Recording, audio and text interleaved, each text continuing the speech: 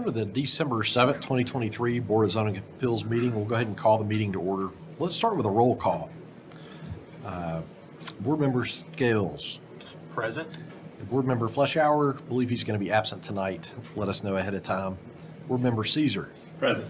Board Member Reeves. Present. And Board Member Langley, I'm here.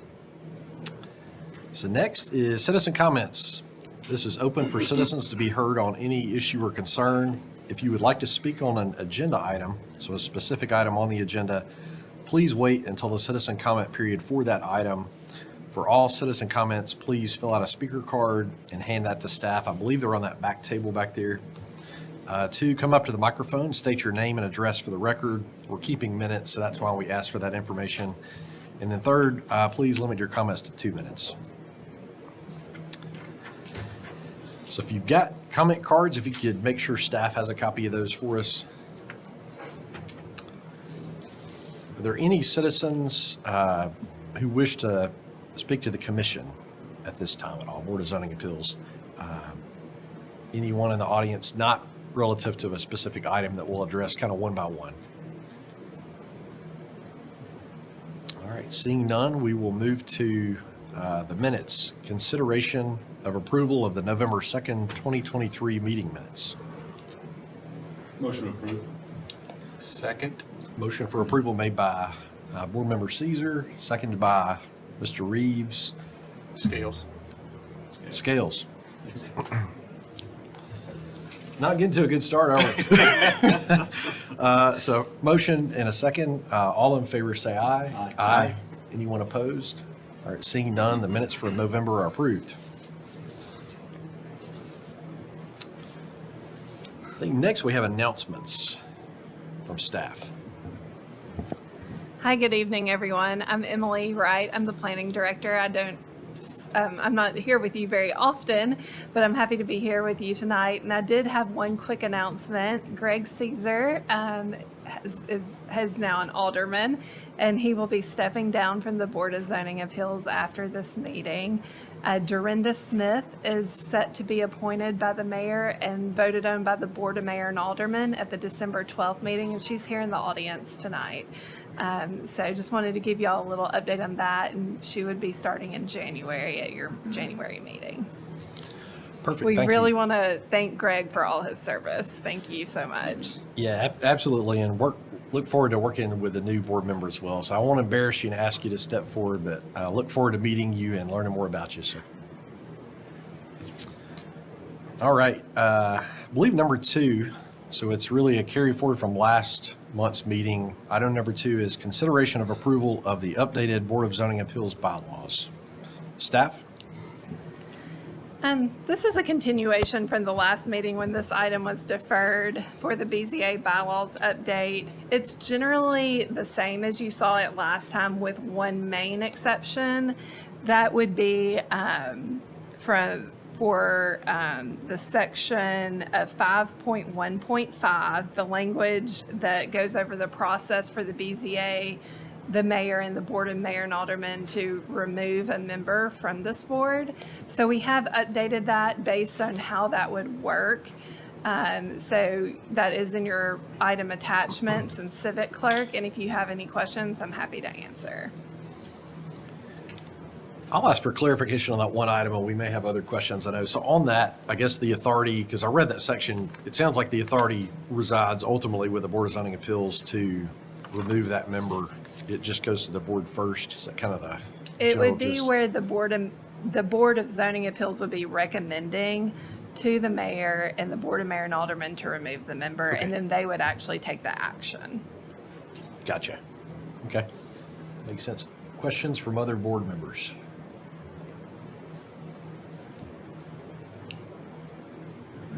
I'll add discussion after a motion so we can continue to kind of talk. I'll move to approve what's on the table. Okay. Motion made for approval by Board Member Reeves. Got the name right this time. Is there a second? Second. Second by Board Member Scales. Discussion. Yeah, I'd like to say just a couple things. So I appreciate the planning board looking at that, and in particular, Mr. Squires. I know you did some research in case law and looked at the staff report you put together. It brought me back to law school, not in all good ways, because I had to understand all the references came back. But I appreciate you going through that and putting that together and taking a look at that. And the revisions, I think, work for what I understand our authority to be. So. Okay. Any more comments? I do have just one more comment on a different section. This is section, trying to get to the top of it, 717 for order of business. I understand the reason for citizen comments and the time period based on the availability of time for the particular topic and the chair having the opportunity to provide some flexibility there. I think the concern I have, or would ask for some clarity, is about the chair being the one who declares the close rather than that being a voting item. So we discussed this in length, and it just doesn't need to have the entire board vote on the closing, but we can have it that way. This is totally your set of bylaws and how you would like to function. If you would like to have the whole board vote on the closing of the public hearing, we can add that back in and make that revision. This is just a decision of what your board and how you want to function. I don't know that I have a really strong emotion on one way or the other. I was just curious what maybe led to that being modified there. It seems like we haven't really had any times in the past where there's been, a disagreement about when to close that public hearing. The chair has always let everyone come up to the podium until no one's left to speak to an item. So we've been lucky in that regards that we haven't had to really have those time constraints, but there could be an item at some point where that does come up. So it's really whatever the board is most comfortable with. If you would prefer that you vote to close out that public hearing, you can do that. Okay. I'm open to that. I think maybe one difference probably hasn't come up, probably wouldn't come up. I guess citizen comments, we're listening, but we're not taking action on an item. I don't know to me, that makes it a little bit different. But I'm also open to, if we want to be specific in there, I don't think that's a bad thing. We get along as a board. Maybe Yeah, I think whatever that's we want. my concern, right? We have a rather agreeable relationship as board members, but that may not always be the case. And I could see a scenario where the chair becomes a little bit more hungry to move through a discussion than the board would like, and could therefore have the responsibility to shut it down. And I think what we're here to do as a board is to serve the citizens, and if there's comments that they want to make, I don't feel comfortable with it being the responsibility of one person to decide when he's heard enough or she's heard enough in the chair. And so for that reason, I would ask for us to consider that as a modification prior to approval. So what I would ask is if we would amend the motion, if the sponsor of the original motion, right, wants to accept an amendment to his motion. You can do it either way. You can move to amend with your change and get a second and then vote on that amendment. Okay. Then back to the original, or you can ask that ask if the original movement has any dispute with that or problem with that. If they want to make that change, they can, so long as the second agrees. Yeah, I'm amenable to that, absolutely. So, Bill, you got to advise me. I just remake the motion with the change?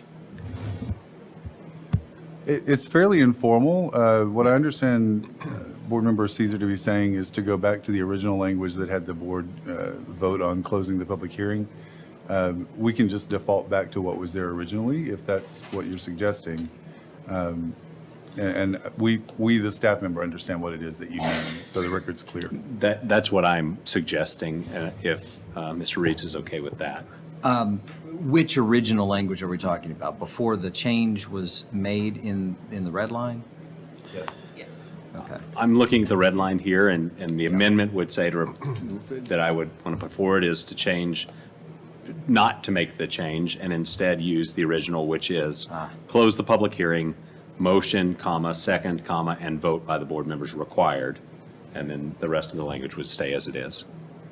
I have the advantage of looking at the red line one, so I can You see do. what I've we got a replaced. different red line, yeah. Just for clarification, so I'm looking at the red line, so so are we talking like the original bylaws before any changes at all? I'm just saying for section, what is C and now D, it's under 7.1.7. Okay, that changes things. Gotcha. Sorry about that. I was looking actually at a different section, Greg. It's okay. On the red lines, it looks like because of some remuneration, it's now D, and we can leave the D as it is.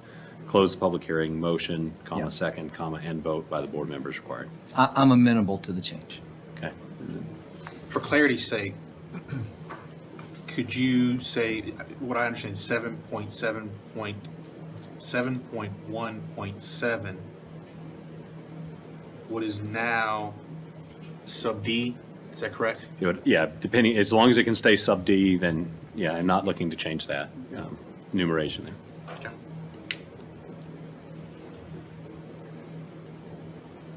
And I made the second, so I maintain my second. Okay, so we have a motion and a second with that revised language. Is that clear enough for staff? Yes. Okay. All right, so let's go back to votes one by one. Sometimes I think I confuse it doing it all at once, but, so board member Scales. I vote in favor of approving the motion. Okay. Board member Reeves. Yeah, I'm a yes. Board member Langley, yes. I'm in Yes. favor of approval. And board member Caesar? Yes. Okay, so unanimous vote. The bylaws are approved with that change. Thank you, staff, for the work on that as well.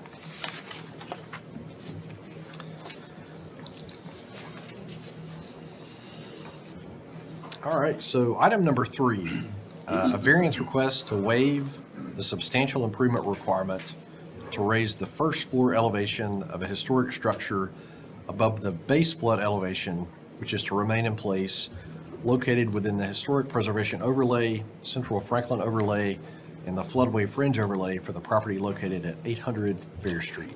Staff? Thank you and good evening.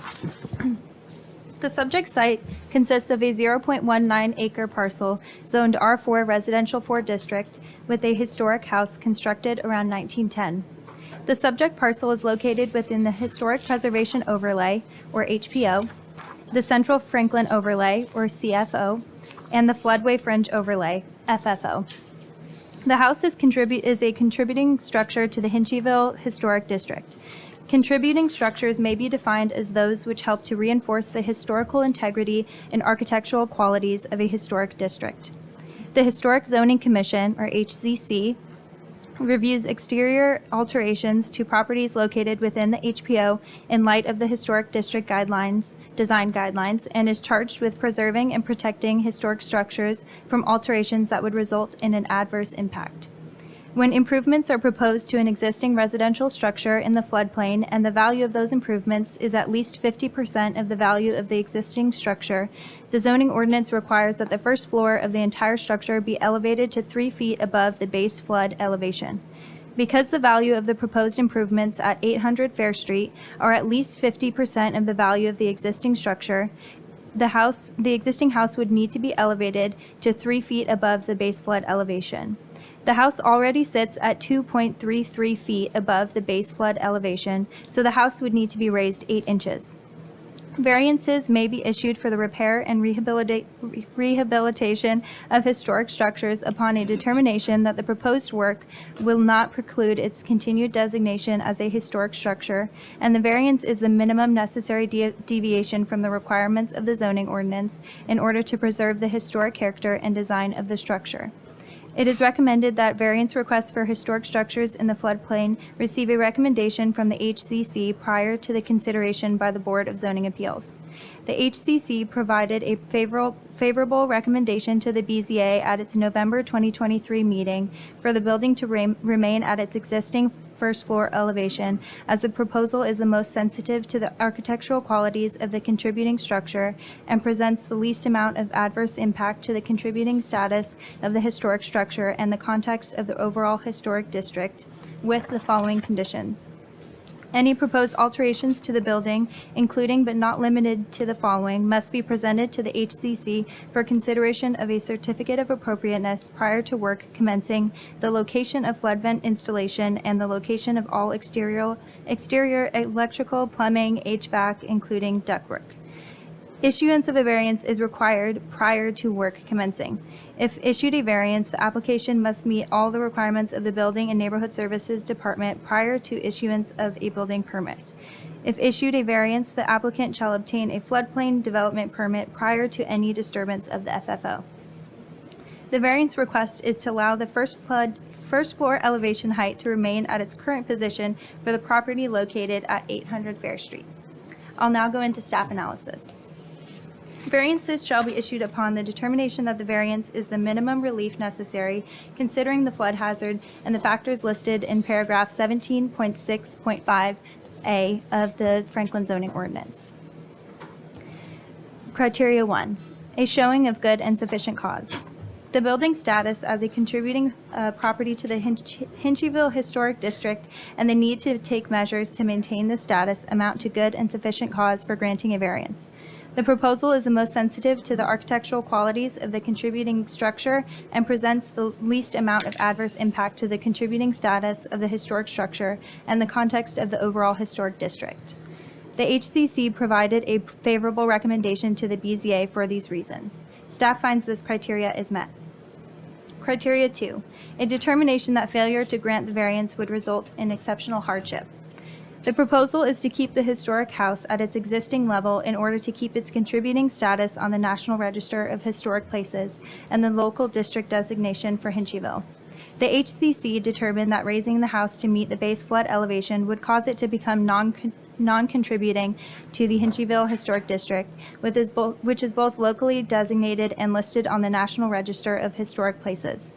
An attempt to raise the historic structure would result in the removal of the property's contributing status and would amount to exceptional hardship for the owner of the property. For these reasons, staff finds that this criteria is met. A determination that granting a variance would not result in increasing flood heights, additional threats to public safety, extraordinary public expense, create nuisance, cause fraud on or victimization of the public, or conflict with existing local laws or ordinances. The historic house already sits slightly above the base flood elevation. In addition, revised flood maps are set to be released in June 2024, and it is predicted that the property will no longer be located in the AE flood zone, and these regulations would not be required at that time. Furthermore, the HCC has approved the project plans as proposed and recommends approval of the variance request to maintain the structure's contributing status and the integrity of the historic district. Based on the recommendation of the HCC, along with analysis of exhibits provided by the applicant, staff finds that granting this variance would not result in any of the outcomes listed above, and the third criteria is met. Recommended motion. Staff recommends that the Board of Zoning Appeals move to approve the variance request to waive the substantial improvement requirement to raise the first floor elevation of a historic structure above the base flood elevation to remain in place, located within the Historic Preservation Overlay, Central Franklin Overlay, and the Floodway Fringe Overlay for the property located at 800 Fair Street, because the criteria for granting a variance have been met. This concludes my presentation. Thank you, staff. Is the applicant present for this item? You can step forward for us and state your name and kind of affiliation, I guess, for the record. Hi, I'm Amanda McCreary, Chisel Workshop. We're the architect of the project. Thank you, Ariella. So yes, this project is located in the Historic District on Fair Street. It is also located, a portion of the property is located in the flood zone. The properties directly to the right, there's two properties to the right that are also have been recently under construction and located in the flood zone. We've actually been before you for one of those for a similar request for a flood variance, and those two have been granted as well. We sit in a pretty urban site for our home. We're pretty tight to our neighbors, and so there's definitely a few highlights. One of which being our base floor is already outside of the flood elevation. We're just not the 3 feet required to be out. So we're currently 2 feet 4 inches above. We did not flood in 2010 because we are so far up, but the zoning regulations are 3 feet. We are a historic structure, and so raising that would cause detriment to the historic nature of the house, particularly the front elevation. Actually, one of the hot buttons for historic is windows, and all of our windows are pristine. So if we were to raise it, that's one of the things that would most likely be compromised. And then also, because we are a little bit more of an urban site and we are tight to our neighbors, one of the exhibits in your document shows the amount of effort required to raise a structure. I know structures have been raised before in the historic district, particularly on 96, but they have a lot more property to do that.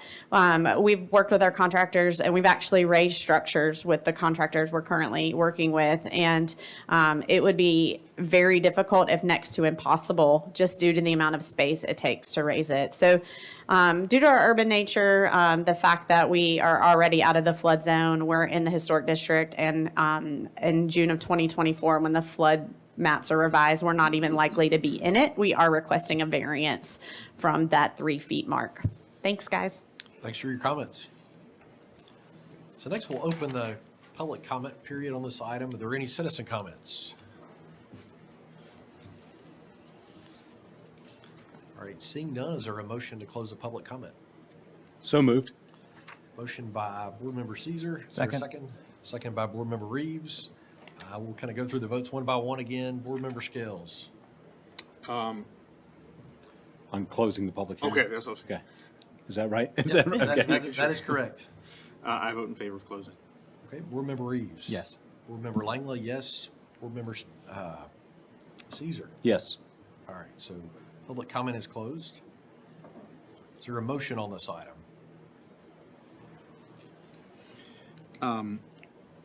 I move to approve the variance request to waive the substantial improvement requirement to raise the first floor elevation of a historic home or historic structure above the base floor elevation to remain in place, located within the historic preservation overlay, central Franklin overlay, and the floodway fringe overlay for the property located 800 Fair Street, because the 3 criteria to obtain a variance have been met. Motion for approval made by Board Member Scales. Is there a second? I'll second that. Second by Board Member Reeves. Discussion. I do have a question for staff, and the way that my colleague, Mr. Scales, has presented this motion, and seeing the excellent pictures of the back of the property, the question comes to mind, could you do anything below the current level of the first floor with this removal? Do you want I me don't to know if speak to that's that? even a possibility. Well, and I but- will tell you, we've already been approved from Historic Zoning Commission, and we did not, we do not plan on doing that. It's not tall enough for you to walk under. It's tall enough to have equipment, like a lawnmower stored underneath there. So we do have flood vents and those type of things already in the design that have been approved by the Historic Zoning Commission. And it does not include any type of finished space below the first floor elevation. It's going to be gravel, flood vent, flood proof, all that stuff for like a lawnmower type of aspect. Okay. Yeah. Okay. Any more discussion? I just had a quick question for the applicant, if that's okay, just to get a better understanding of these Absolutely. kinds of things in general. Raising a structure obviously is pretty complicated and cost money. What are we looking at in terms of time and money to do that? And complications, I'm imagining plumbing and electrical. Yes, it's fairly extensive. We did it recently on a very small schoolhouse, and I can't even remember what it cost, but I think it was close to $30,000, and it was a very, very small one-room schoolhouse. And we did that one with a crane.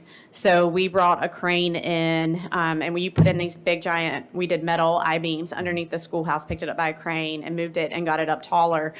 We wouldn't have room on this property to raise the house by a crane. So I can only imagine the expense, because it would be a lot more hand digging as opposed to machines. And then you typically run these big, long girders underneath a structure, and then you take some equipment, rather that be jacks or however we chose to do a crane in the last one, and move it up. Well, we don't have the space to run girders all the way across our property, just because we are so tight to our neighbors on the left and the right. So from an expense standpoint, I think it would be astronomical because it would be very labor intensive as opposed to machine Yeah. heavy. Our particular, we have beautiful detailing on the front porch, and our front porch is concrete, and so that detailing is set in the concrete. So we would lose our entire historic front porch just because that portion concrete can't be raised. Wood structures can.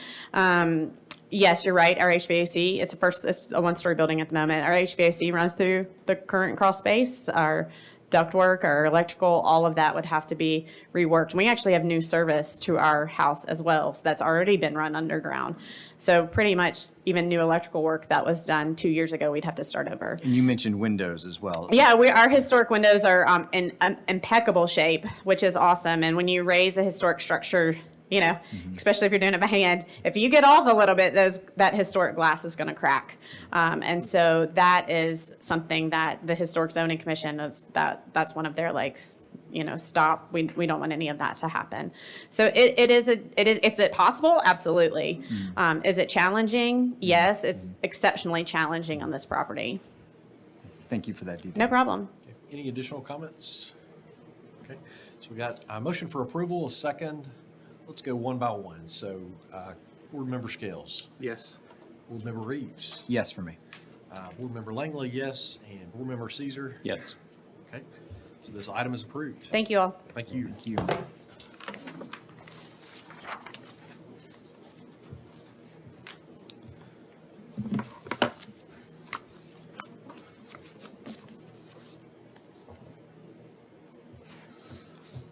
All right, so item number 4, variance request to reduce the width of the required transitional buffer to a minimum of 11 feet along the northern property line for the property located at 4309 South Carruthers Road. Staff?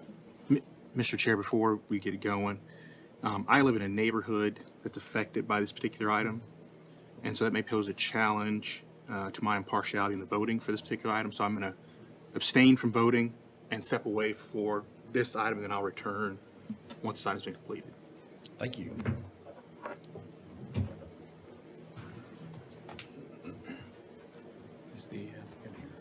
If I'm pausing, I'll mention this. I have a restart that will pop up, so I'm trying to make sure I click that without ignoring it so we don't have a restart on the computer up here.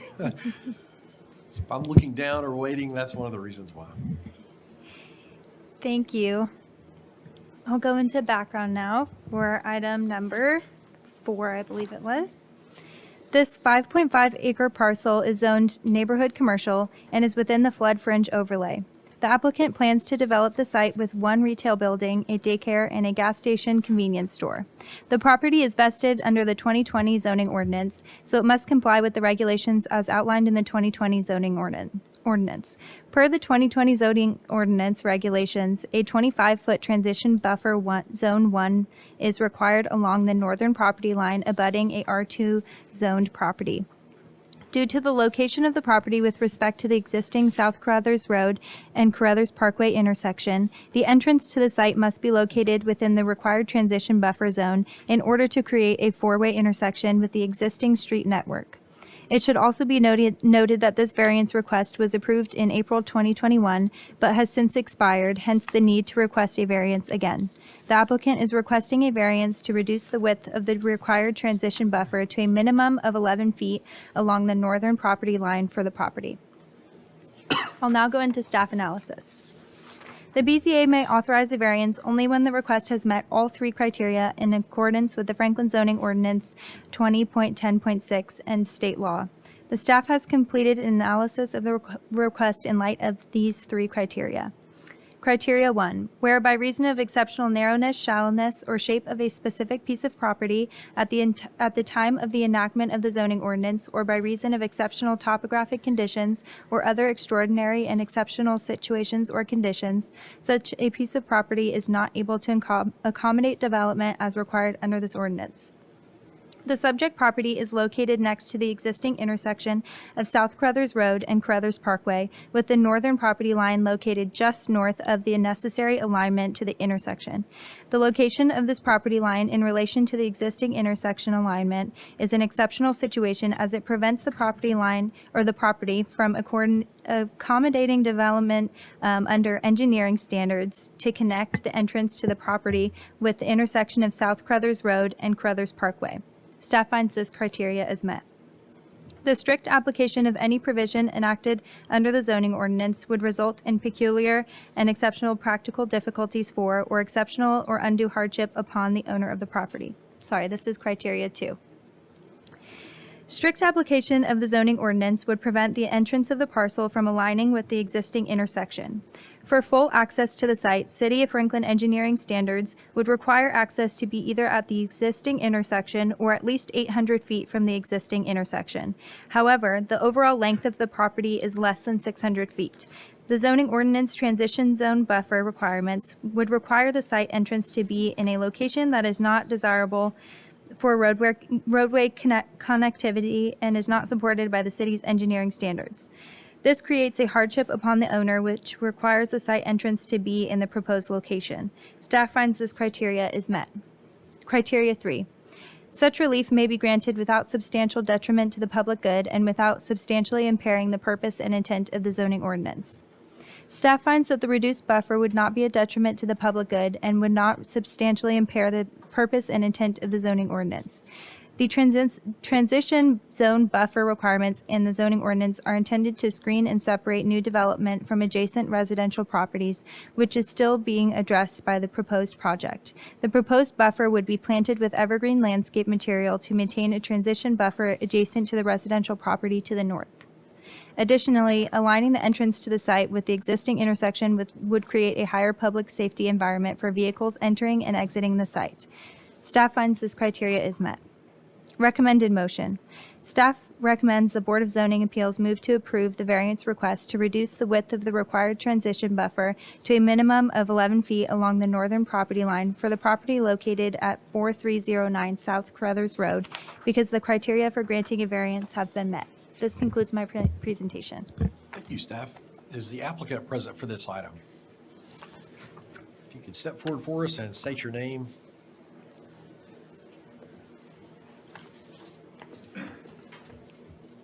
Hi, my name is Jeff Rosiak with Gamble Design Collaborative. I thank you, staff, for the report. I would just add a couple of items. It's worth noting that this variance request was previously approved in April of 2021, and it's obviously expired since then, but the site plan for the property has gone through the process and has been conditionally approved. And it was at that point that we realized with staff's help that this variance had expired. So we have the benefit of a site plan that's been developed and conditionally approved. And in our submittal letter, you'll see exactly what staff has just pointed out. The alignment of South Crothers Road and the entrance to this property just don't allow for the 25-foot buffer and where the entrance is required to be to work. And so that's why we're requesting a reduction of the buffer at that location. I don't know if you can pull up our submittal letter, but in page 4 of our submittal letter, in the top right corner, there's a small image, but you can see that the 11-foot buffer is kind of limited to that area where the entry drive is coming in. We actually expand the buffer as you go to the west to 33 feet. And we, again, with the benefit of the site plan that's gone through the process, that's the way that's shown in the site plan drawings. You can also see on that same page, there's an elevation change that happens as you go from south on the subject property to the north, and there's a retaining wall that's required along that property line. So there effectively is still a substantial amount of screening in addition to the landscape screening that we're proposing. And so, again, just because kind of the nature of this variance request that it was requested before and granted before. And because we have a site plan that's made its way through the process, we have some additional details that show kind of how we're addressing it. And I just wanted to point those out to the board. Thanks for your comments. Happy to answer any questions. So next, we'll open the public comment. Are there any citizen comments?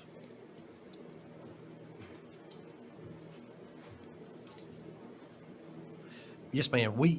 I'll mention that. If you'd like to come forward and speak, you're welcome to. We did receive your email that was emailed to staff, so staff sent that to the board and then also included that in our packets as well. If you have comments, feel free to make those now, though. If you could state your name for us and then address as well, it'd be great.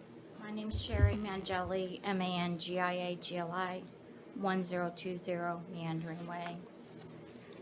We're in the Falcon Creek subdivision. My property is less than 200 feet from this proposed buffer. It's my backyard. Currently, all there is the two-lane Carruthers Road, and then this proposed development. When these were approved back in, they received the conditional approval back in 2021.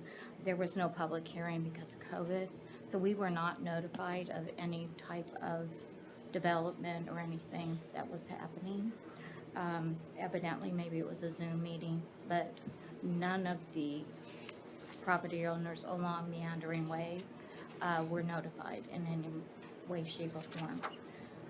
I'm vehemently opposed to the granting of the request. Envision Franklin clearly states there is to be a 25-foot transition buffer. There should be no exceptions. In all the neighborhood meetings held with this property owner and his representatives, we were assured repeatedly that they would abide by the Envision Franklin policy. Now they want to pull this last-minute stunt and reduce the required transition buffer by over half of what is required. Currently, there is large trees, vegetation, all of that will be removed. What is the point in even having policies and requirements if they are not going to be enforced? Our homes have been here since 1994. We fought and fought the encroaching overdevelopment for years, only to have our voices not heard. They have succeeded in changing this land from residential to now commercial. We will have increased noise pollution because the interstate is, right now, those vegetation buffers the noise from the interstate of 65. We will have increased light pollution because of lighting. Right now, my backyard is lit up like Titan Stadium because of the new street lights that were put in. And our quality of life will be further affected. To grant this variance would only add to the demise of the environment. Several of our neighbors have already relocated because of the development that's coming, and they see that as decreased property values, and they just want to get out of there. The increased traffic. So, again, thank you for your time, but we ask that you do not approve. Thank you for your comments. Any other citizen comments? Is there a motion to close the public comment? Motion to close public comment. Motion made by Board Member Caesar, second by Board Member Reeves. All in favor say aye. We'll do this when we got three of us. Aye. Aye. All right. Anyone opposed? All right, seeing none, public comments closed.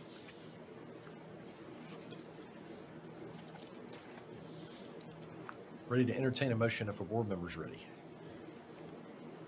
Unless you've got other kind of questions. I suppose my question would be more for staff. In this particular piece of property, the requirement to be a certain different distance away from an intersection is 800 feet, is that correct?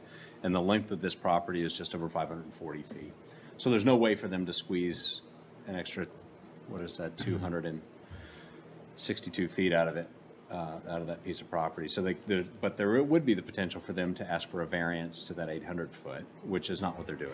Yes, they could ask for an engineering modification of standards through the engineering director, which if he didn't approve it for this site, which it's my understanding that that would be unlikely, it would then go to the Streets and Building Standards Board of Well, Appeals. and my concern with that, so I want to bring up that piece only to say this, my concern with that, which would allow them to satisfy the buffer, the required buffer, is that now you get into potentially a safety issue or car stacking and you add to some traffic. So I don't see that as a reasonable workaround, which, yeah, I don't want to finish in case anybody else has any other thoughts they want to share.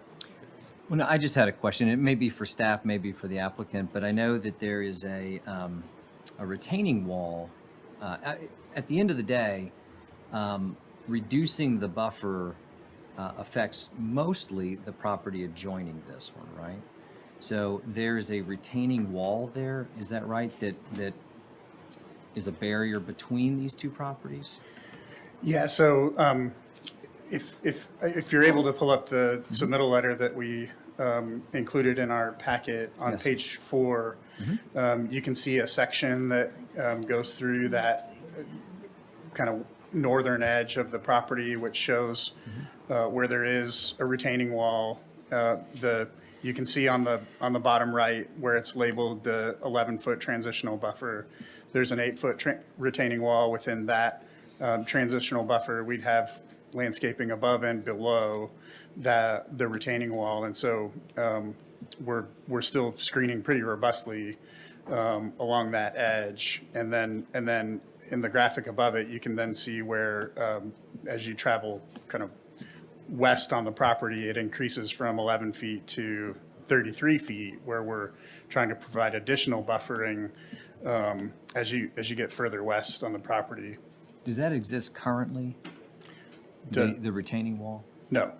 Okay, gotcha.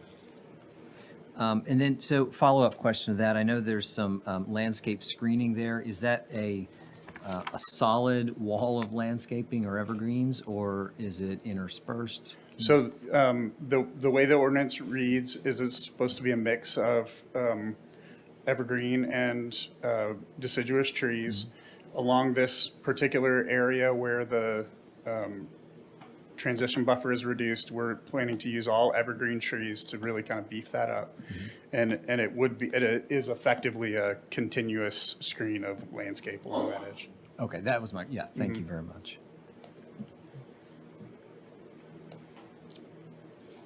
Is there a motion?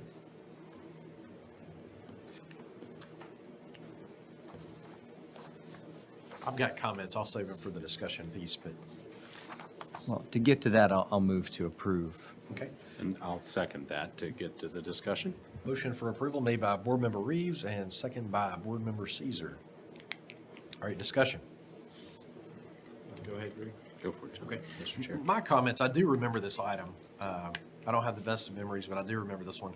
I think for me, that cross-section, staff had that pulled up a second ago. I think that's the one the applicant was referencing. You know, we've got a fairly, I don't know what that drop is, but, you know, a drop and the buffer. Going back to Board Member Caesar's comments, the alignment of the intersection is critical to me. I think, you know, engineering standards exist for a reason. I don't see another way to really accommodate that. I definitely sympathize with the neighbor to, it's likely the north there. I just don't see another alternative. Property is currently zoned, so we're really looking at the 3 criteria on the variance side, and I feel like they meet that. Any additional discussion? No, I mean, to me, that's the biggest challenge, and I don't know how else to meet that either. Well, and if I can, Mr. Reeves, I don't want to step on your Please. thoughts, but this is what I'm battling with regard to approving this particular piece. We're being asked to grant a variance based on this particular property, not on the properties around it and how those interface. However, if you don't grant the variance, this property effectively has no way to get in or out. And so it becomes unusable property or unimprovable property, which is what I'm struggling with. So the strict application of the ordinance does in fact put an unusual hardship on the owner of the property. I also certainly understand the citizen comments here that we put in place and vision. We put a lot of energy and had a lot of citizens come together to the city to share their thoughts on how we should buffer things, and we put that buffering requirement in place for a reason. I do, however, appreciate the elevation drop and that wall providing perhaps, and I don't know the science behind this, but it seems reasonable to understand that an 8-foot elevation change will substantially reduce the amount of interference, noise pollution, et cetera, that's going to leave the property and head northward, which is where the buffer would be required. And for that reason, I get a little bit more comfortable with making an exception because there are special and unique circumstances to this particular piece of property that are going to act as if they were a buffer. Any additional discussion? All right, let's vote. So we've got motion for approval. Board Member Reeves. Yes. Board Member Langley, yes. Board Member Caesar. Yes. All right, so unanimous approval. This item is approved. Thank you.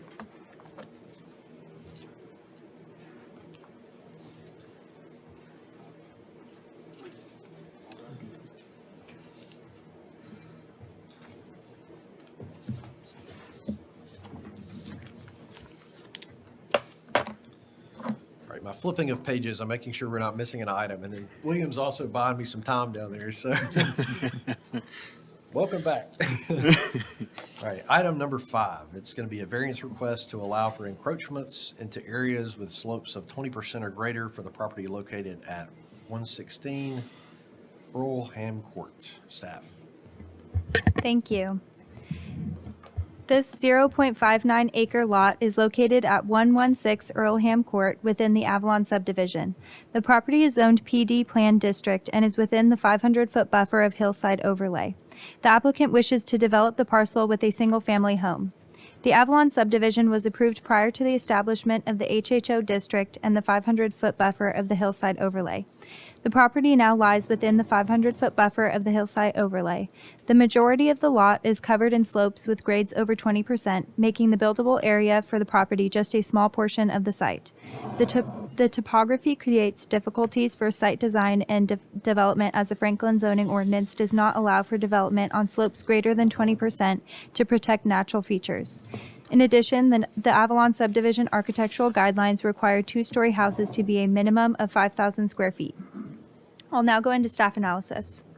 Criteria 1, where by reason of exceptional narrowness, shallowness, or shape of a specific piece of property at the time of the enactment of the zoning ordinance, or by reason of exceptional topographic conditions or other extraordinary and exceptional situations or conditions, such a piece of property is not able to accommodate development as required under this ordinance. The slopes on this lot cause an exceptional topographic condition which requires encroachment onto 20% slopes in order to support development. As seen in the attached exhibit, slopes greater than 20% cover roughly half of the lot. Although the city is not responsible for enforcing neighborhood architectural guidelines, it is significant that this home would need to meet the minimum square footage requirements for the Avalon subdivision. With development being prohibited on slopes greater than 20%, a house fitting the Avalon subdivision architectural guidelines could not be built on this lot. Staff finds this criteria is met. The strict application of any provision enacted under the zoning ordinance which result in peculiar and exceptional practical difficulties for, or exceptional or undue hardship upon the owner of the property. Strict application of the zoning ordinance would create practical difficulties in the development of this site due to the exceptional topographic conditions and the Avalon subdivision architectural guidelines.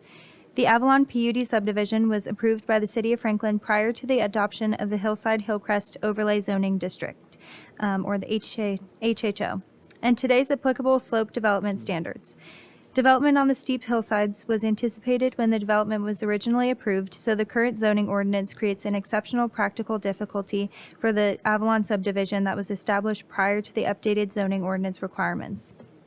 Seeing as slopes greater than 20% cover most of the lot, the application of the zoning ordinance would prevent development on the site. Staff finds this criteria is met.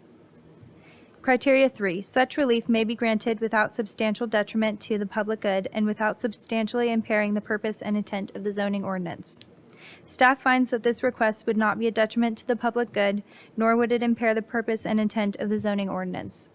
The intent of the ordinance for this property is to allow single-family residential homes on this lot, and this variance is the minimum necessary deviation from the requirements of the zoning ordinance in order to develop a single-family home on the lot, given the current conditions of the site.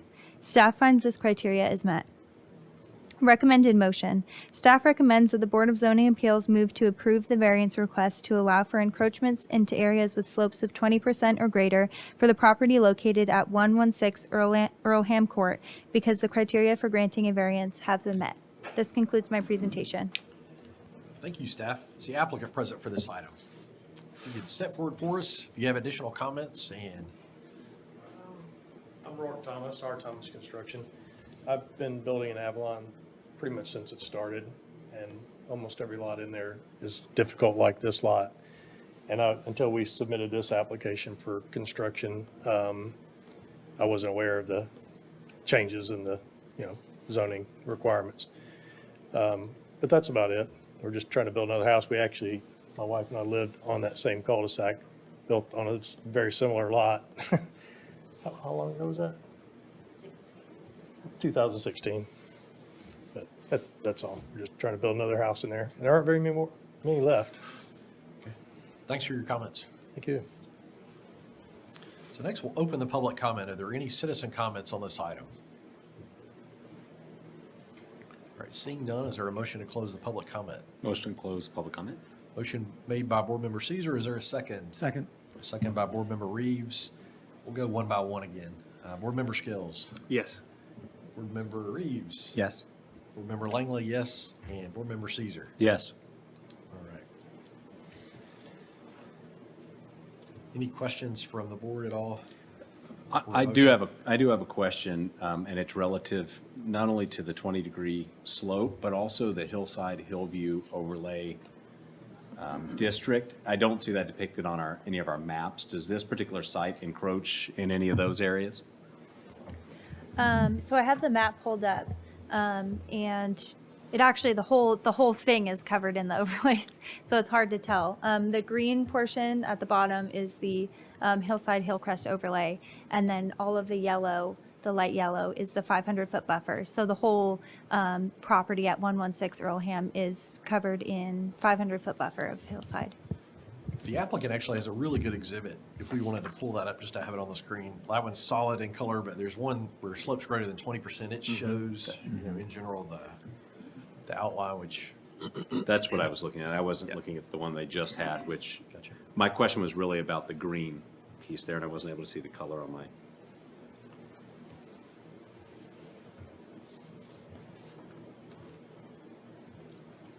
Is there a motion? No, but I've got another question for staff, if that's okay. Can you give me a little more context? And I know we've dealt with variance requests in Avalon before. Can you give me a little more context as to the issues that the zoning is trying to solve for? So the hillside Hillcrest overlay was initially created to help preserve view sheds of our larger hilltops and hillsides in the city of Franklin. This was obviously done after the development for Avalon was approved by our Board of Mayor and Aldermen, and after all these lots were platted and recorded with the county. So the intent is that the view sheds for those hills that create the natural beauty of Franklin are shared by all in the community rather than those who necessarily live up on top of the hillside. Obviously, Avalon, being a development that was approved before then, that it's excluded from a lot of that rationale. So we have found in most cases that due to this being approved prior to it and the amount of slopes and the fact that these are already recorded lots, that they generally meet the requirements to grant a variance. And that's where we're at with this one as well. Okay. And is there any concern on staff's part about, I know this is at the end of a cul-de-sac, but it runs parallel to a is that main road inside the neighborhood? Yes, Lady of the Lane? Lake Lane. It's Yeah, inside the that's neighborhood. within the neighborhood. Okay, gotcha. Thank you. And I'm guessing building and neighborhood services, they're still looking at retaining walls and like from a construction standpoint, they're looking at the details of, Yes, and a lot of these are critical slope lots as well, and so our engineering staff usually reviews them as well. any other questions from the board? Is there a motion?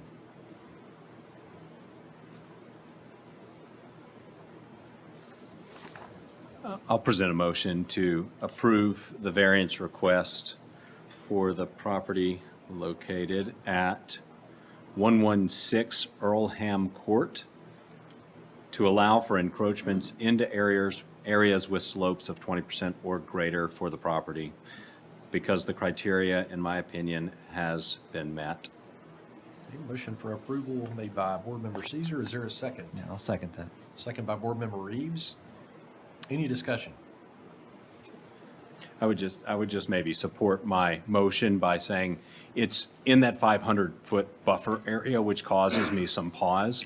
It's not in the actual HHO overlay area, which I don't love that it's in the 20-degree slope area, but I would be very, very against this motion if it were in fact in that next layer. Yeah, adding on to that, I think it's really pertinent that this subdivision was permitted prior to the change in the zoning ordinance, so. But I would, not to disagree with my motion, but I would say I think it's important for us to acknowledge that we put this, perhaps the board members put this in place, not only to protect the things that were already permitted, but to protect the land for all. So I would stop short of saying anything that's permitted before, kind of we can dismiss this particular ordinance, because that's the reason you put ordinances in place, is to try to protect or shift future forward.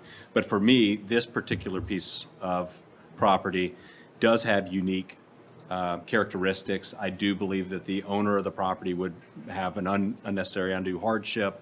And I think that for this particular piece of property, we can make this variance without impairing the intent of the ordinance itself. I actually agree with what you're saying, yeah, on all those fronts.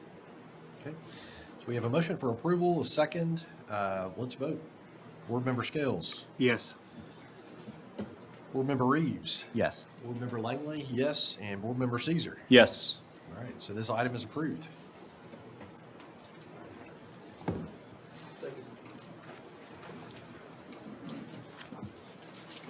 Item number 6, it's going to be a variance request to waive cross-access requirement between adjacent properties for the property located at 128 4th Avenue North. Staff. Thank you. This 0.32 acre property is zoned downtown district and is within the Central Franklin overlay and the Historic Preservation overlay. There is an existing building on the property that is being used as commercial space and a gravel area being used as parking for the property. Gravel parking lots are not allowed for commercial use properties, so the property received a notice of violation. The property owner then applied for a certificate of appropriateness from the Historic Zoning Commission for improvements to the parking lot and house. A note from the applicant was included on the COA submittal documents as an attempt to waive the cross-access requirement.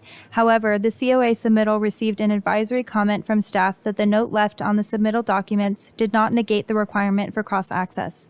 A building permit was then submitted for the property to pave the gravel area, construct an addition to the structure, add an ADA ramp, and add a metal fence and metal gate across the drive entry. At that point, the building permit application received a comment from BNS staff that the cross-access easement is required per the zoning ordinance and shall be recorded as part of the final plat. The existing building permit has a condition for a certificate of occupancy that either a variance must be granted or cross-access must be installed. If a variance is not granted, a certificate of occupancy would not be issued until the access easement is in place. The applicant is requesting a variance to waive the cross-access requirement. I'll now go into staff analysis. The BZA may authorize a variance only when the request has met all three criteria in accordance with Franklin Zoning Ordinance 20.10.6 and state law. The staff has completed an analysis of the request in light of the three criteria. Criteria 1, where by reason of exceptional narrowness, shallowness, or shape of a specific piece of property at the time of the enactment of the zoning ordinance, or by reason of exceptional topographic conditions or other extraordinary and exceptional situations or conditions, such a piece of property is not able to accommodate development as required under this ordinance. Staff does not find there are exceptional situations, topographic restraints, or unusual aspects of the shape of the property that prevent cross-access from being provided. As shown in the site plan exhibit, there is room to accommodate the 20-foot cross-access up to the property line at the rear of the property, and ADA-compliant parking can still be provided. The proposed parking lot drive aisle can be extended to the property line to meet this requirement. Staff finds this criteria is not met. Criteria 2. The strict application of any provision enacted under the zoning ordinance would result in peculiar and exceptional practical difficulties for, or exceptional or undue hardship upon the owner of the property. Staff does not find that providing a cross-access would create exceptional practical difficulties for the owner of the property. Cross-access can be provided with the proposed drive aisle. The proposed layout would not need to be revised other than to plat the cross-access easement within the limits of the drive aisle. Staff finds this criteria is not met. Criteria 3. Such relief may be granted without substantial detriment to the public good and without substantially impairing the purpose and intent of the zoning ordinance. Staff finds that this request would not be a detriment to the public good, but it may impair the intent of the zoning ordinance. The zoning ordinance in this case is to ensure that all properties have the opportunity for connection to a public street, and the property behind 128 4th Avenue does not have a property line abutting a public street. Not providing cross-access to the adjacent property would impair the intent of the zoning ordinance to ensure that property has the opportunity to access the street from any adjacent properties. Staff finds this criteria is not fully met.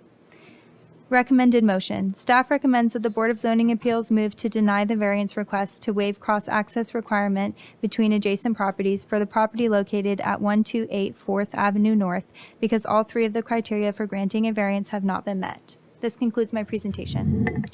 Thank you, staff. Just for benefit of everyone here, I asked staff kind of right before the meeting started if they could pull up the GIS map for us, the aerial. I think that'll help us as we talk through this, and it may even help the applicant out as he references and kind of makes his comments. Is the applicant present for this item? I'm here on behalf of the applicant. Okay, if you could step forward to us for us at the microphone, state your name for the record, and then your company or affiliation. My name is Sam Dreiling. I'm an attorney in Franklin, and I represent Jason Ritson, the owner of 128 4th Avenue.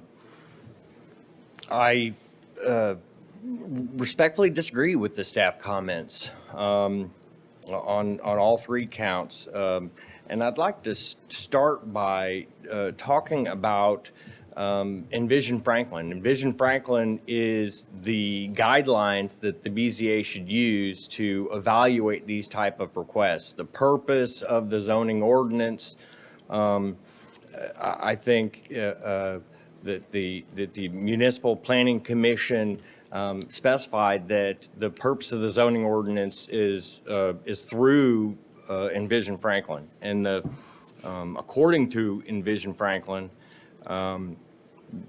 quote, preservation of historic resources is of paramount importance. This is a historic house that's part of the historic area in downtown Franklin.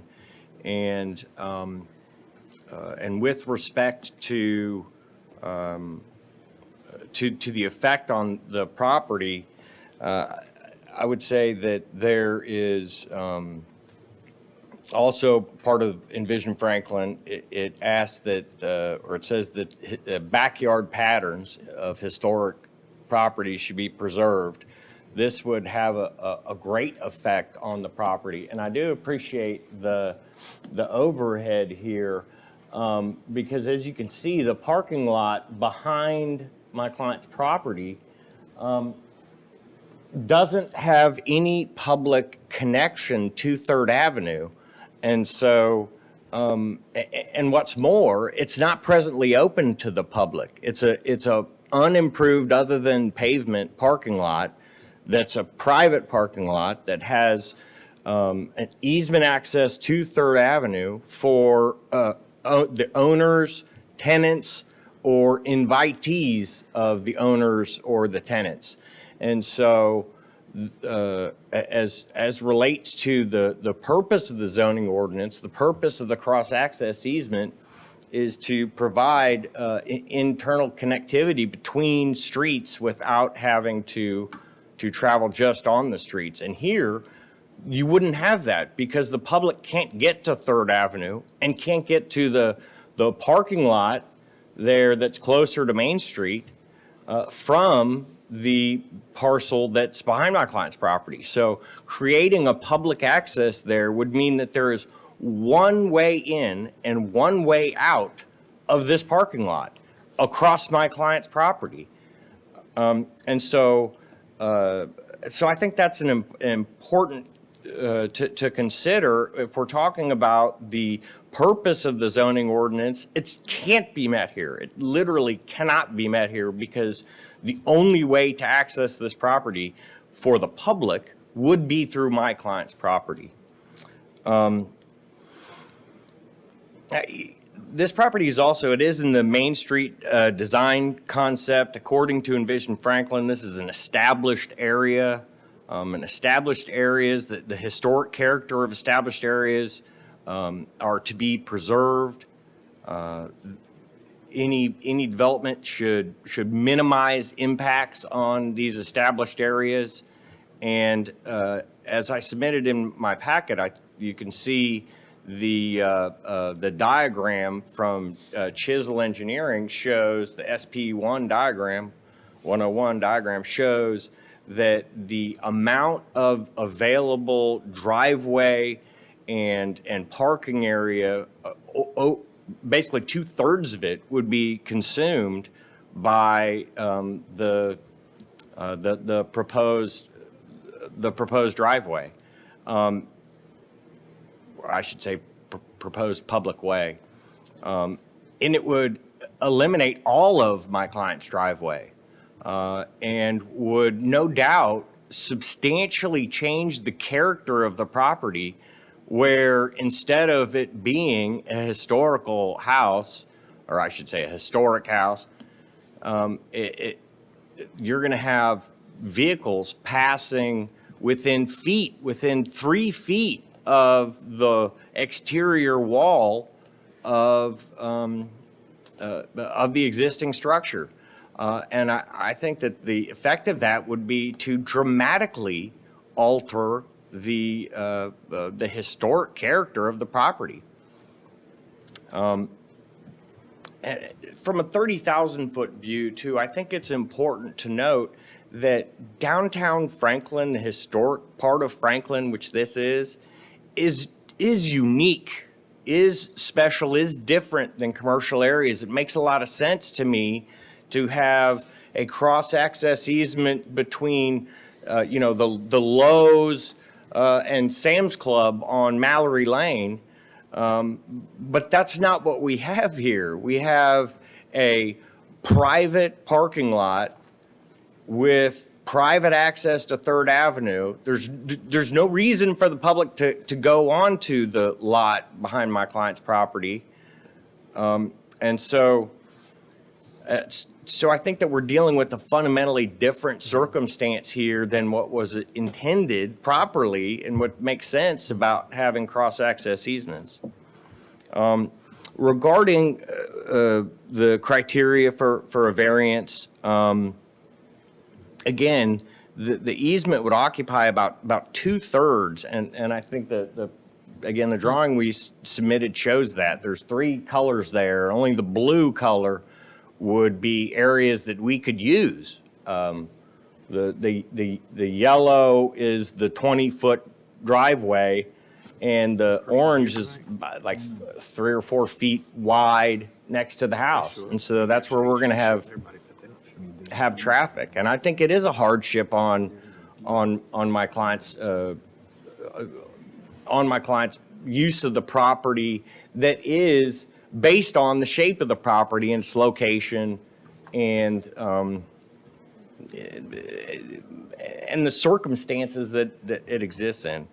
I would also note that I think there's a real safety concern with the proposed cross-access easement. As you can see in the diagram, and by the way, this is where the parking spots, the handicap parking spots have to go. This being a historic house, we can't build a ramp on the front of the building. And we've already had approved and already built a handicap access ramp at the back of the house. And we're required to put the handicap parking spots where they are, that is in the spots closest to that ramp. But to do so, and then to have the access easement at the back of the property, you're going to literally have a line of sight of about 10 feet coming from the parking lot into my client's property. And, you know, I think that poses a literal risk to people using that handicap lane. And certainly it's way less than is recommended, and I've cited a resource in my letter to that effect.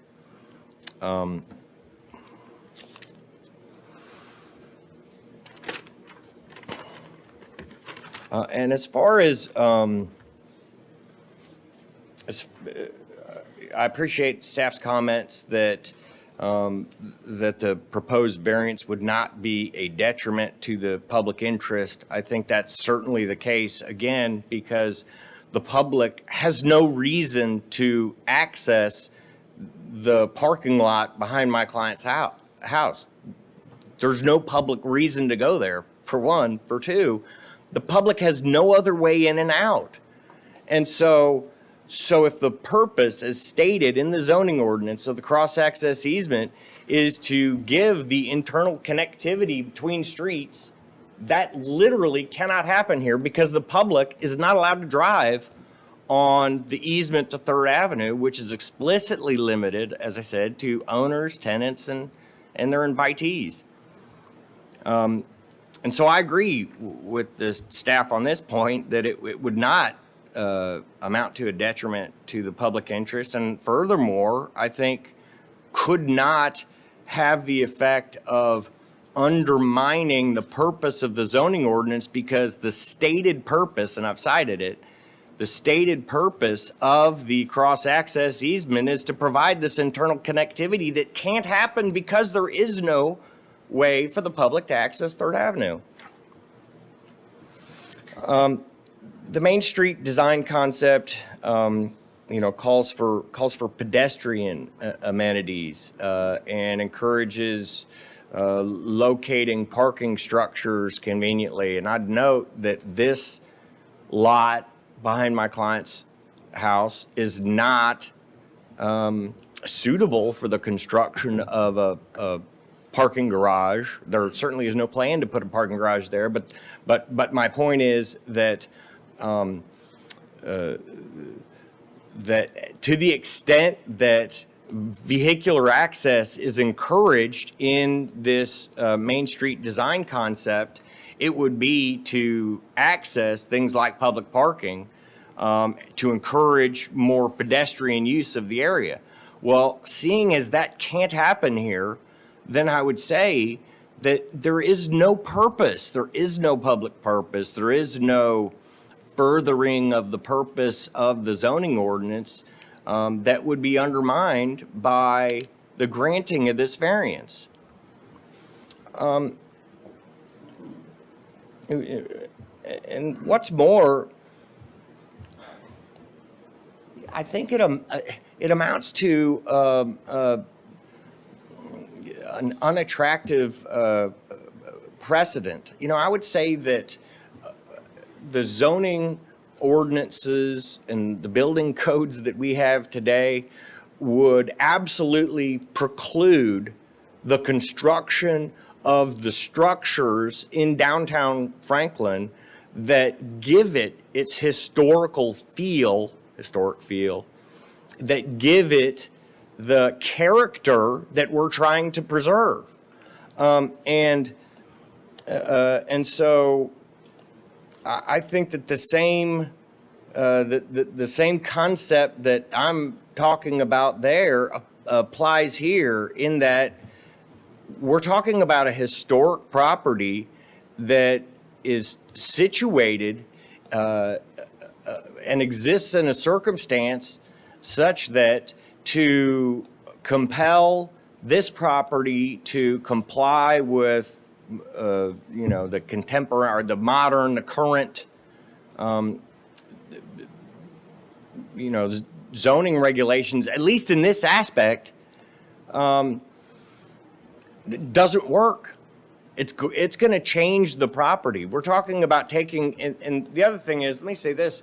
This property was, many of you may know this property was in bad shape for a long time. I'm talking broken down cars in the yard. This place was a dump. I mean it. My clients cleaned it up. He had a vision for the use of this property. We're restoring it to its historical character. And I just think that taking all of his historic driveway and turning it into a public thoroughfare so that the public can access a lot that they have no reason to go to, and that they can't can only ingress and egress through my client's property. This is harming my client's property significantly for not a public benefit, but a benefit that could only potentially benefit the owner of this parcel, who bought the parcel with only the private easement access to 3rd Avenue. So again, I think that, just to kind of put a bow on it, I think with respect to the criteria for variance, I don't think there's any question, really, any legitimate question, that we meet criteria number 3. With respect to criteria number 2, that there be undue hardship, and also it would, again, disrupt the historic backyard pattern, which Envision Franklin says that we should try to avoid doing. I think that the way that this property is situated, this would amount to a hardship. This would make all of a usable part of this lot that doesn't have a house on it for public use. And for a public use, again, to access an unapproved lot that the public has no reason to access.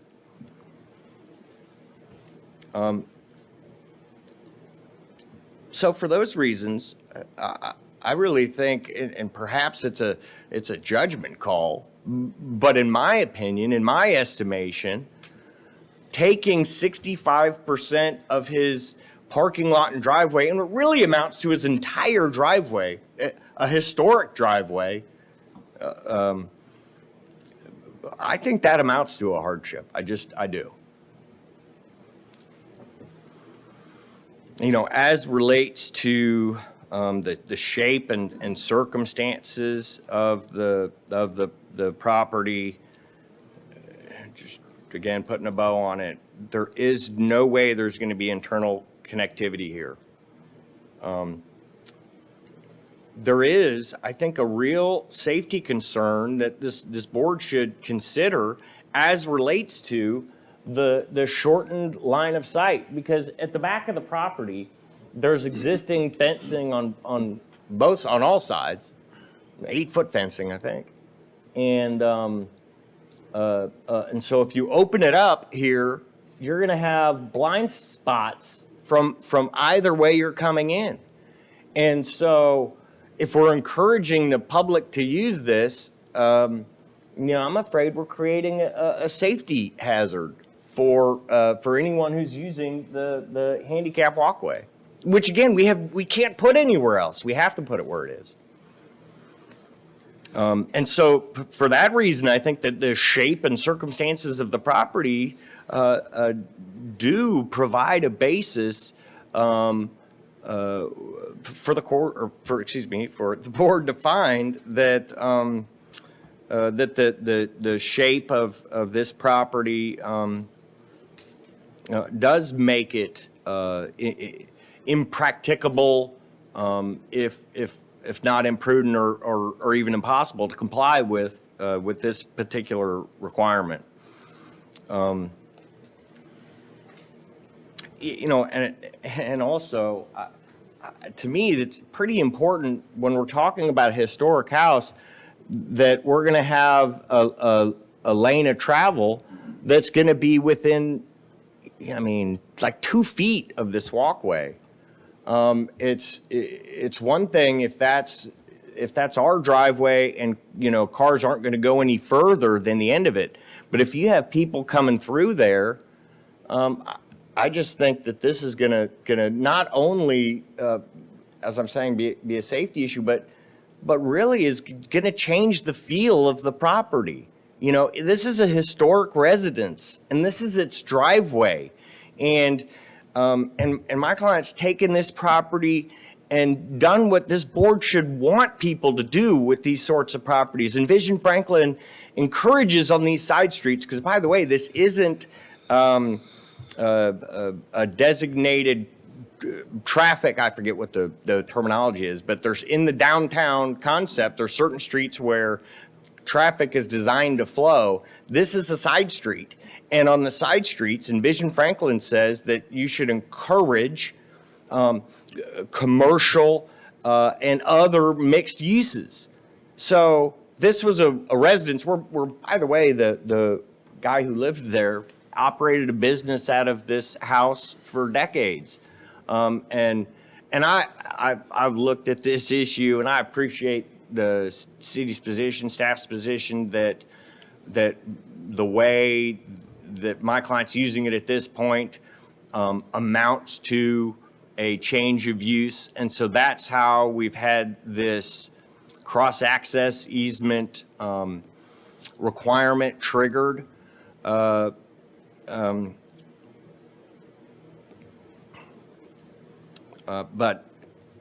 I've lost my train of thought there.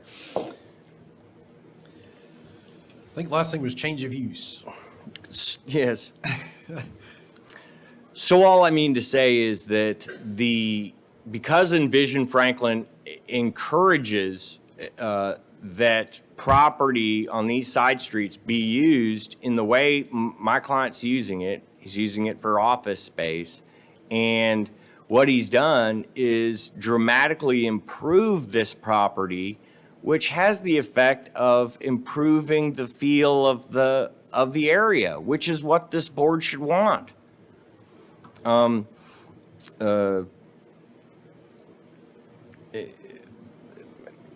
So for all those reasons, I really think that this is an appropriate request for a variance, and that's because what we're talking about, not granting this variance, will harm my client's property and will help nobody else. Will not meet any of the purpose of the cross-access easement, and will only have the effect of damaging my client's property, which is, I would respectfully submit, what this board should try to avoid. This board should maintain the character and feel to promote the pedestrian amenities in this area, not to encourage vehicular traffic down a historically residential driveway to access a property the public has no reason to access. Do you have any questions? We may in a few minutes. Thank you for all your comments. Thank you. Appreciate it. I'm sure we'll pull up maps here in a second and get more discussion and items. Let's go ahead and open the public comment for this item. Hello, I'll be brief. So I'm the applicant here. The the overarching theme here is that you have a zoning ordinance that it would be fine and appropriate if the catch-all nature of the language within it was applicable across the board. So what Sam was talking about being a connectivity between Lowe's and Sam's Club, or going from P.F. Chang's to Exxon over in Cool Springs, those are practical situations where there is mutual consideration and mutual benefit. Those are all businesses that are open to the public at large. In this case, none of that criterion has been met, period. It's not in dispute. It's factually the actual circumstances. Furthermore, when I went in front of the historic zoning folks to achieve the certificate of appropriateness, they said that what should be of paramount concern is that the historic nature of a historically designated property be maintained, and that had it been a residence, you must always have consideration that it could revert back to that at some point. So having a public road that goes nowhere on here irreparably changes and prevents that intent as specified by the historic zoning folks. So that's my summation. I wanted to be brief. Okay, sure. Any additional citizen comments?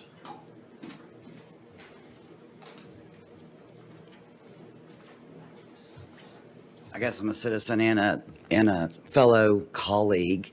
Brandy Blanton, 406 Vienna Court. Will not speak long either. I hate it was the last thing on the agenda because I'm supposed to be wrapping presents with firemen. But I do think this is important. Jason, investing in this property, we all know there's so very few properties in the downtown corridor that have remained residential. In this piece, if you look at the overview of the property of the aerial, you can see the expanse of what he has there. The gentleman, Victor, who was almost like a Franklin icon who lived there for many, many years. There's pharaohs well, they're maybe not called pharaohs, but they were on a scavenger hunt one time on either side of the property. It's just one of those properties, if you've been here, you know it. And I do think that Mr. Ritson has moved in and honored the space that he bought. And I also have a lot of experience on the flip side of that with the owners of the adjacent properties that sandwich that parking lot. I've parked in that parking lot before. So it does not need to be accessed by its neighbors. There's no win-win, as Jason said. And I just, not everything fits it. And we've got to definitely protect what we have downtown. And you wouldn't want a street going through your commercial property in the 16 block of downtown Franklin. It is prime real estate. And to me, it's not appropriate for us to disrupt that. So, good luck. Thank you. Any additional public comments? Okay, seeing none out there, is there a motion to close the public comment? Motion to close. Motion made by Board Member Scales. Is there a second? Second. Second by Board Member Caesar. We'll go one by one again, just to keep it fun. Board Member Scales. Yes. Board Member Reeves. Yes. Board Member Langley, yes. Board Member Caesar. Yes. All right, so public comment is closed. I'll ask, and you guys piggyback, I probably should ask you guys if you have questions first. I think kind of factual questions, I know change of use came up. So that was one point. So I had a question, is there a change of use? Is that what's triggering this requirement? So that's first. Kind of factual, I wanted to know if there's a fence in the back. I think there may be a brick fence along the back property line there. And then third, that landlocked parcel, I think the applicant mentioned it. I don't know as far as like from a city standpoint, the applicant may can answer this. It looks like on the aerial, if we pull that up, and we could talk about this more in a couple of minutes, but it looks like access is through 3rd Avenue. There's some trees there, but it looks like you come down that drive aisle and people can park in that existing landlocked parcel. But just wanted to make sure that there is existing easement to the landlocked parcel currently as it sits without the cross access. I forwarded an email that maybe before staff responds that I received from a citizen comment. I believe it's stuck in our spam filter within the city because I forwarded it to you, Ariella, and Amy. who's not here tonight. I also copied myself in my Franklin email, and it hasn't delivered yet. So I apologize. The summary of it was referencing the deeded access, and it included a copy of the perpetual deeded access through the property, I can't read, 121 3rd Avenue North for the parcel that is landlocked there. And so it was the legal filing of that perpetual deed that is transferable into the future is the general summary of that email. I apologize for it being stuck in the interwebs and us not being able to see it, or for me preparing you, Ariella, with the comment or the question that I had alongside that. And it was more to provide some insight as to what Mr. Langley here has asked. Maybe if we can just start with kind of change of use, I'll kind of repeat those maybe one time. Do we know, like, I'm trying to figure out if that's factually correct. Did change of use kind of trigger this requirement? Yeah, so it did get complicated with things that were the steps that it's gone through and the Building and Neighborhood Services Department. But yeah, so I believe it was after, and maybe Lori can confirm this for me, their first submittal to BNS that they discovered the change of use. And that is what initiated the need for the gravel driveway to be paved, and then the easement requirement to be in place. Okay. Ariel is correct. The change of use is what triggers the zoning ordinance coming into play. When that parking lot was poured with gravel, also that started to trigger the vehicular section of the zoning ordinance specifically. But the initial triggering of the zoning ordinance coming into play had to do with the change of use from residential to office. Okay. Was it the improvement of, so I guess, is it the 50% rule to where you improve the value, you have to come into compliance with the current zoning? Is that what we're dealing with here, or is it just strictly change of use? Just change of use. And so it was not, in fact, triggered by the parcel owner that is in the center, that is landlocked. The person who owns that property didn't raise the flag. It was the revisions we were asking Mr. Ritson to make to the driveway, which uncovered the fact that you should have cross access. Correct. The person that is on the parking lot on the other property did not trigger anything. And in fact, they have no requirements being applied to their property at this time. They would have to come in with some sort of development or change of use for them to have any triggering of the zoning ordinance for their property. Okay, I think that answered my question. Still don't know. Sounds like the email's confirming there's an existing permanent easement for the 3rd Avenue side for 121 that connects to that landlocked parcel. We don't know if that's correct, do we? We haven't reviewed that, so I can't answer that. I'm sorry. Question was about the landlocked parcel, if there's an existing easement on that property, 121 on the 3rd Avenue side. The answer is yes, absolutely. I've cited the book and page in my letter of the conveyance of the easement. I mean, as is not too hard to imagine, some time ago, the two houses on 3rd Avenue and the lot behind it were jointly owned. And as the houses were sold off, built and then sold off, the owner retained an easement, which is essentially down the driveway of 121 if you're on 3rd Avenue on the right-hand side of it, right there. I see that now, footnote 19.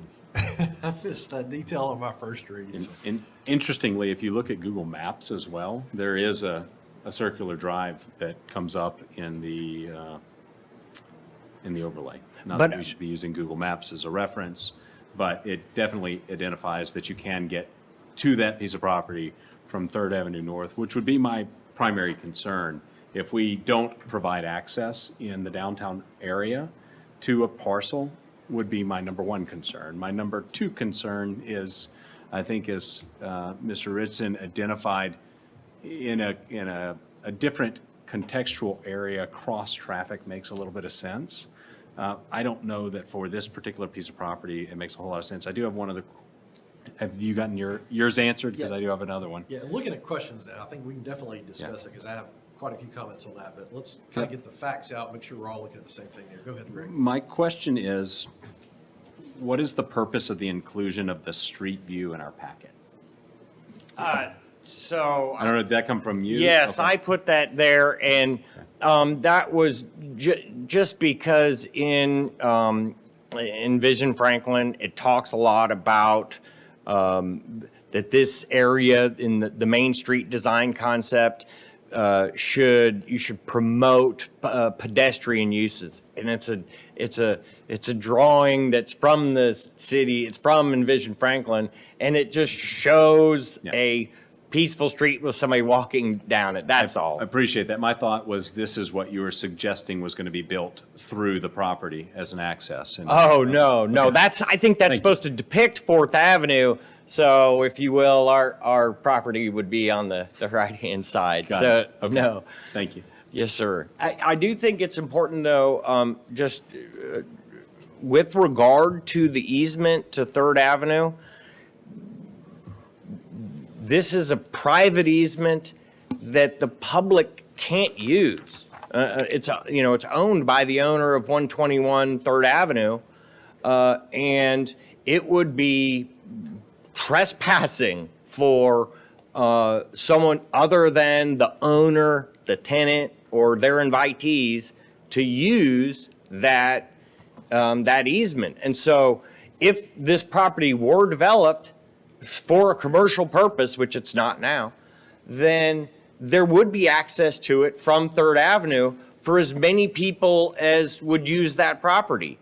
Okay, I'm going to reel us back in. Yes. Yeah. So let's, Would the chair entertain a motion? Well, I've got another question for staff, if that's okay. So I opened up the Franklin zoning ordinance 9.5.3 that's referenced here. Can you give some context of what that is? What's the general applicability of that? So this actually, the cross-access between adjacent properties applies to any non-residential or mixed-use properties in the city of Franklin. So wherever they're located, they are required to provide a cross-access easement to the property line. Even if it doesn't necessarily align with the next door, if it's a vacant property, it's to set it up for future connectivity to help with over-reliance on some of our streets and our especially arterials is really the intent. In downtown Franklin, we do have much more of a pedestrian circulatory environment. And I would say that, we don't see this as often where it actually comes into play because we don't see new parking lots going into downtown Franklin very frequently. So this is not a common occurrence where this is applied in downtown Franklin. It's very rare that we have a new parking lot go in. Right. And so is it fair to say that this is usually applicable to office buildings being built next to a retail center, next to Quite something like that? commonly, yes. Okay. It is throughout the city. Okay. And do any of the overlay districts downtown affect, I'm assuming you would bring it up if it did, but affect this particular requirement? They don't. None of the overlays get into the cross-access at all. Okay. Thank you. okay, any additional questions? Okay.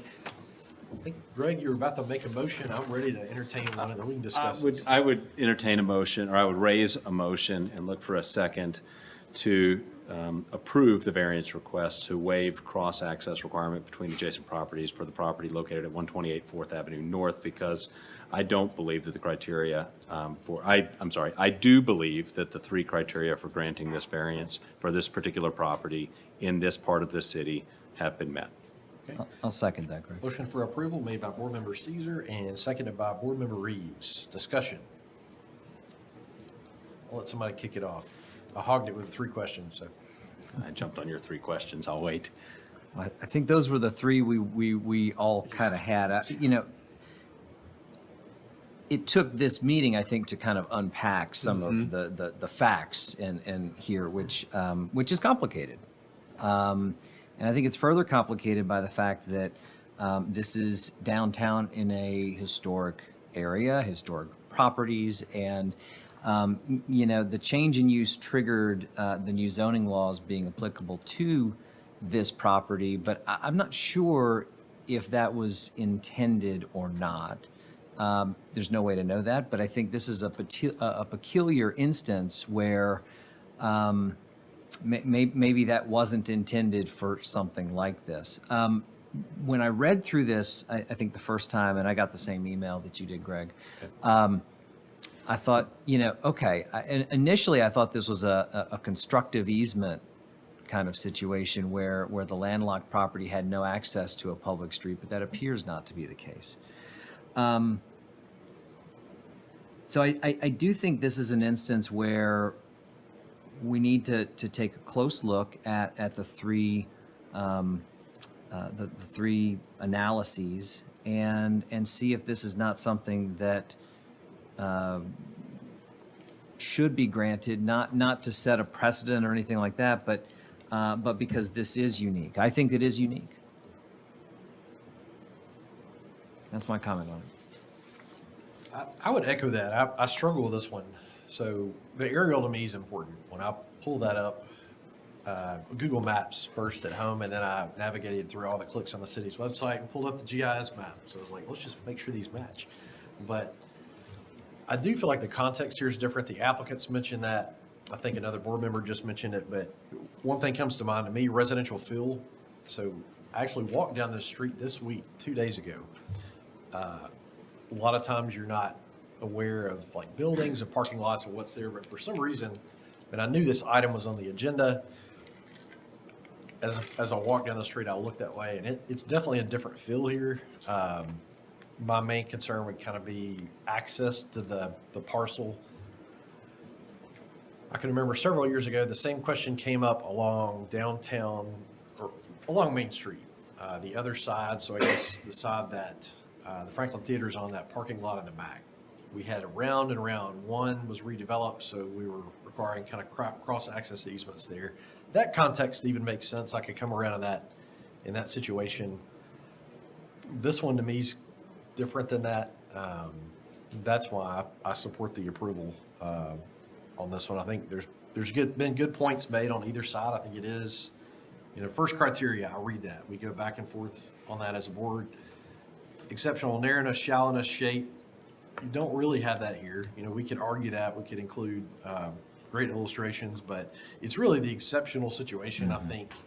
Anytime this came up or could come up in downtown Franklin, I think we'll be faced with the same thing. So I think I get the point. I do feel like, the extreme example is the Lowe's example that we've talked about. Makes perfect sense there. If you have a major traffic bottleneck on Mallory, I think that is a totally different situation than we'd have here. So that's my thoughts and comments on it. Anyone else? I just to kind of put a bow on this, so to speak, I think your example of going from Lowe's to Sam's, there's going to be some people that utilize that. My question and the foundation for me feeling like this is not appropriate in this area downtown, I don't know how many people are going to be moving from the commercial property at 128 to the commercial property at 121 3rd Avenue. And for that reason, I would like to call the question. Now, technically, we have to vote on call to question, which I shouldn't have done. Okay, so we're taking a vote on call the question? I Is that can correct? withdraw the motion. Will? I'll withdraw calling question. Okay. If there's no further discussion, let's vote. Everybody good? Yes. All right, so let's start with Board Member Scales. I vote yes. Okay, Board Member Reeves. Yes. Board Member Langley, yes. Board Member Caesar. Yes. All right, item is approved. Thank you. I think we are down to, is there a motion for adjournment? Can I make that? It's only appropriate. It's only appropriate for your It last should be. meeting. I would move to adjourn. Motion made for adjournment. Second. I'll pause there for a long time. We'll get it. Yeah. Until it ends. Motion made for adjournment by Board Member Caesar, seconded Second. by Board Member Scales. All in favor, say aye. Aye. Thank you. Thank you for your work, Greg. Appreciate it. You're I welcome. don't know if I mentioned that earlier, but we appreciate you. It's okay. I appreciate being able to serve on a board that cares about the city and look forward to continuing to serve the city and having Ms. Smith join us here very soon in my replacement. Absolutely. Have a Merry Christmas. Thank you. Thank you. That one was funky. I had to really dig through. It was like it was the triggering mechanism.